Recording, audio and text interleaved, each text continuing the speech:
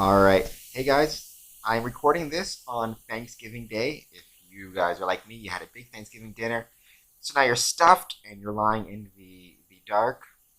I gotta get better lighting for these videos.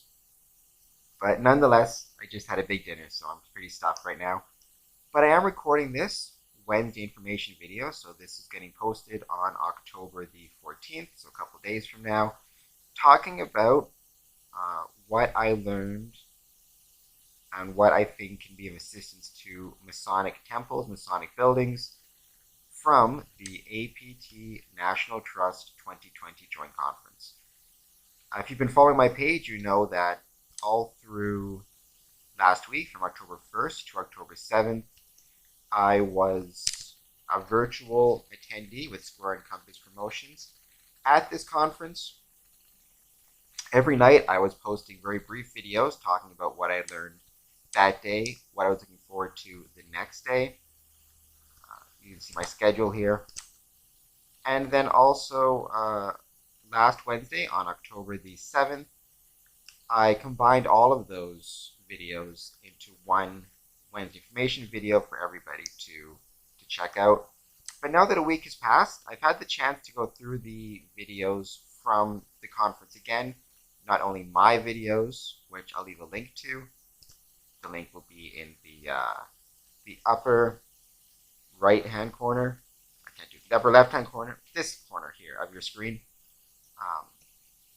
But also, I've had a chance to kind of condense what I think are the most important lessons from the conference, which I think are most applicable to Masonic temples, Masonic buildings, and Masonry in general. Square and Compass attends the APT National Trust Joint Conference 2020. What we learned, and then I got the hashtag down below, APTNT 2020. This list is not meant to be exhaustive, obviously, but I think it's a good overview of the general principles and the general things that I took away and learned from this conference that I hope to apply in my Masonic journey. First thing, Masons can learn from others. I think Freemasonry often has a tendency to be insular. Far too often we forget that our Masonic challenges are not unique, whether it be concerns regarding membership or, in this case, concerns about maintaining and promoting our heritage properties. You know, most Masonic temples, the golden age of Masonic temple building was from 1870 to 1930. That means a lot of Masonic temples, including the beautiful Windsor Masonic Temple, is a heritage structure. So it's worth considering how other heritage structures are managing and are dealing with the challenges that come from having a heritage property and the ways that they are overcoming those challenges. By the same token, while Masonic challenges are not unique, neither need our successes be unique, which I think is an important thing to know as well. Others can learn from Masons. One thing I've tried to do with the Square and Compass podcast is really highlight success stories from Masonic temples. We had the Norfolk Masonic Temple on, but highlight success stories of Masonic temples.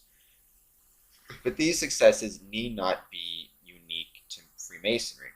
I think many organizations could learn a lot from what Freemasons and what Masonic buildings have done to promote their temples, to gain revenue, to promote and preserve the historical treasures of the buildings. So in the same way, I think Masons need to learn or need to be willing to reach out and try to learn more or to try to learn from others. By the same token, I don't think we should be afraid to share our successes because I think we're all in the same game. Any heritage property that grows, it's not a competition. It's not a zero-sum game. If one heritage property grows, that can only be a good thing for another heritage It's all about really highlighting and celebrating the history of a region. And whether you're celebrating the history of a region at the Windsor Masonic Temple or the St. John's Anglican Church in Windsor or Mackenzie Hall in Windsor, at the end of the day, it's all for the same goal, which is celebrating the region and its history. So I don't think we should be afraid to celebrate, not only to celebrate a Masonic success story, but share how we did it with others. And that's one thing that I thought was absolutely terrific about this conference, is the chance to connect with the other attendees. Many reached out to me and had questions about Freemasonry and Masonic temples. Because it was a virtual conference, I got to, connect with people from all over the world, all over North America, and whenever possible, I tried to steer them towards their local Masonic temple.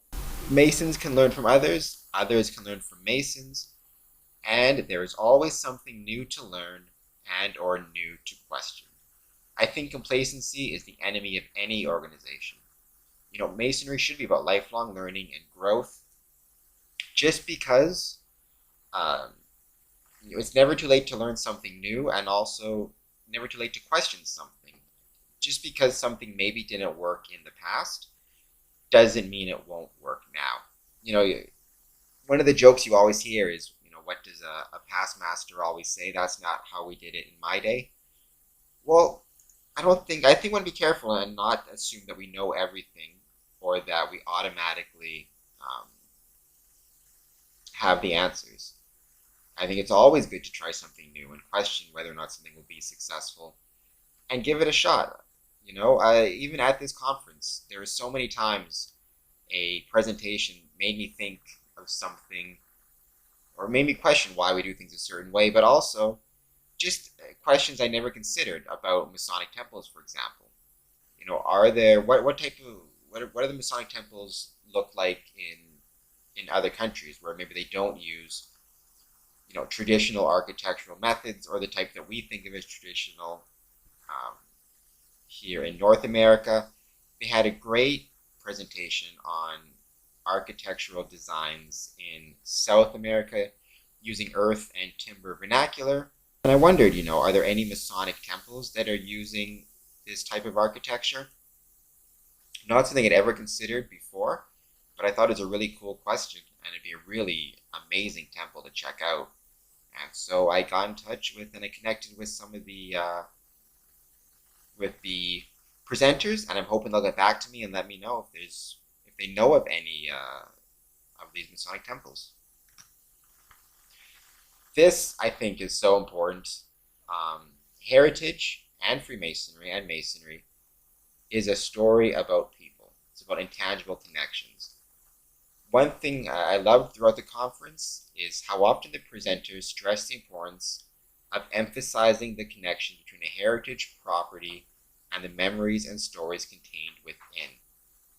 Right? It's not just about the building, and it's not just about the materials that it's made from, which it's made, or the designs, but it's about how the materials and the designs connect to the people who make that building a home.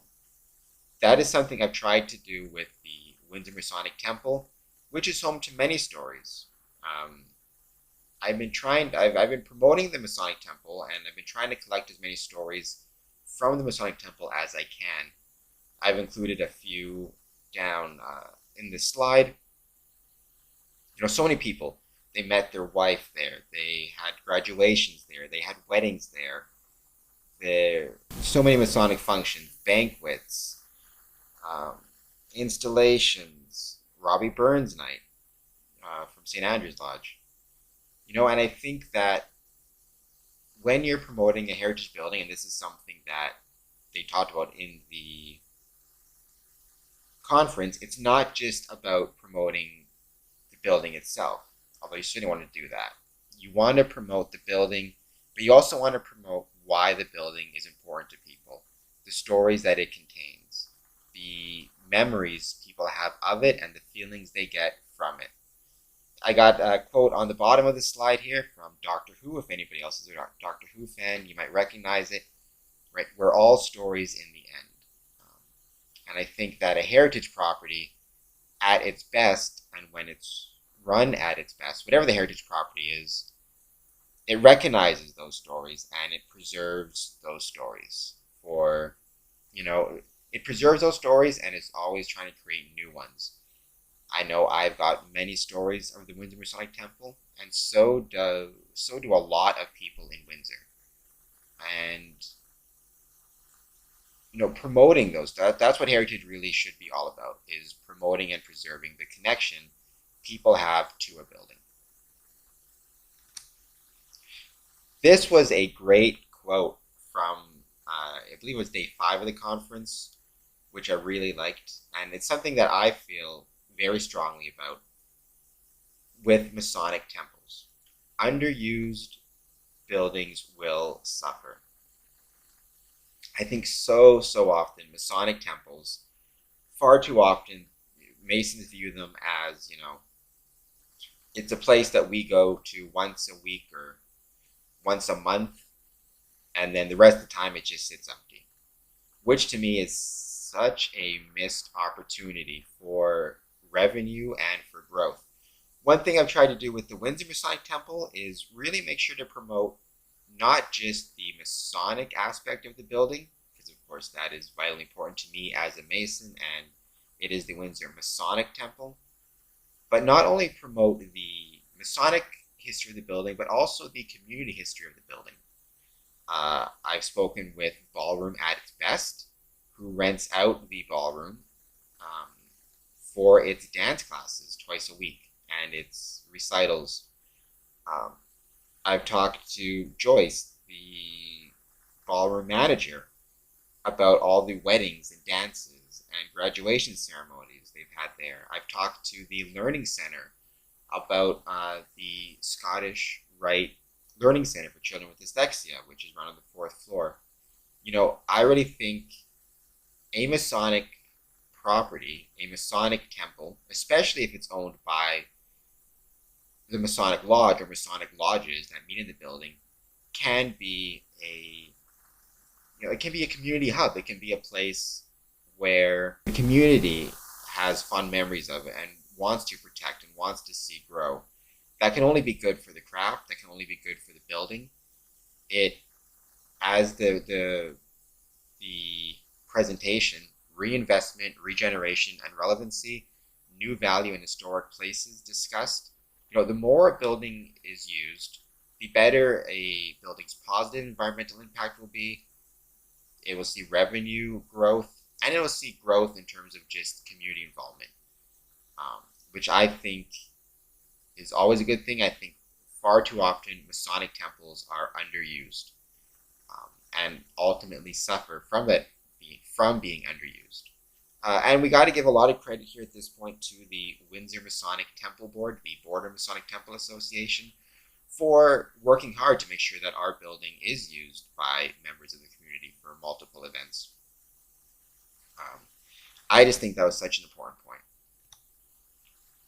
Oh, this is something, it's a quote that stood out to me. Environmental actions are symbols in a building full of symbols. Now, in the presentation, they were referring to churches that had worked on improving their environmental footprint, their carbon footprint. But this quote stood out for me, as it should for any Mason. Whenever people are asked, as they're advancing, what is Freemasonry, they will know. I won't give the whole thing, but they'll know that part of it is that it is illustrated by symbols, and a Masonic lodge room is full of symbols that have a great meaning, or they should have great meaning to every Mason. So I got a picture there, Masonic temples, Freemasonry, Ritual Architecture, and Masculine Archetypes by William D. Moore. I had an interview with him for this Square and Compass podcast, but if ever there was a building that is full of symbols, it is a Masonic temple and a Masonic lodge room. So And that's got me thinking, any actions that a Masonic temple takes for the environment, for growth, is itself a symbol. So that just stood out to me in a Masonic context. Oh, so many windows, so many opportunities. This is a picture of the front of the Windsor Masonic Temple. Actually, it's the Windsor Masonic Temple scale model. But during the conference, one of the presentations was about new technologies related to windows, and windows that were more environmentally friendly, that were better at maintaining, that not allowing heat to escape, reducing energy consumption in the building, in the temple, which just got me thinking. Again, it's one of those things where there's always something new to think about.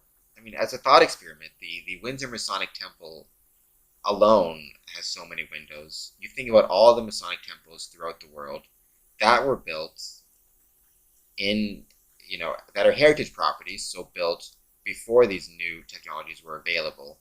How much money could be saved?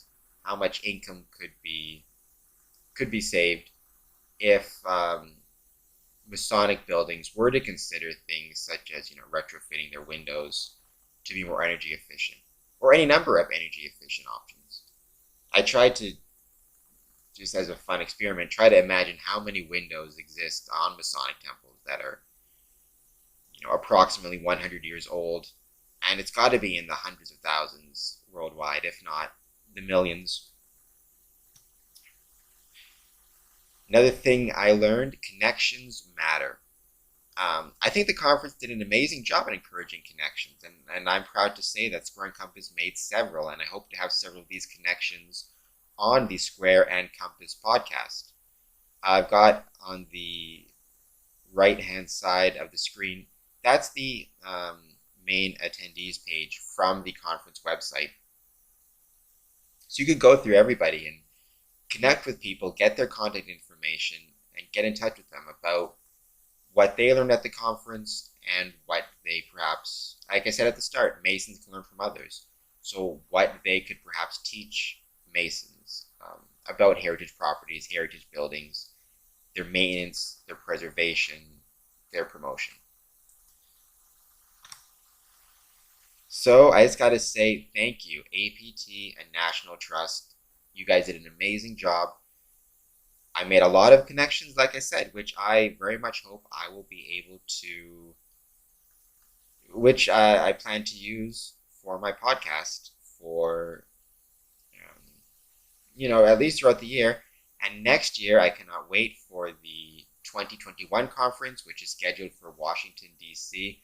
I'm really hoping by then, knock on wood, that the lockdowns are all finished, travel's back up and regular, and I get the chance to be there in person, because Washington would be an amazing place to visit. Thank you, APT National Trust, again for hosting a terrific 2020 conference. Look forward to 2021.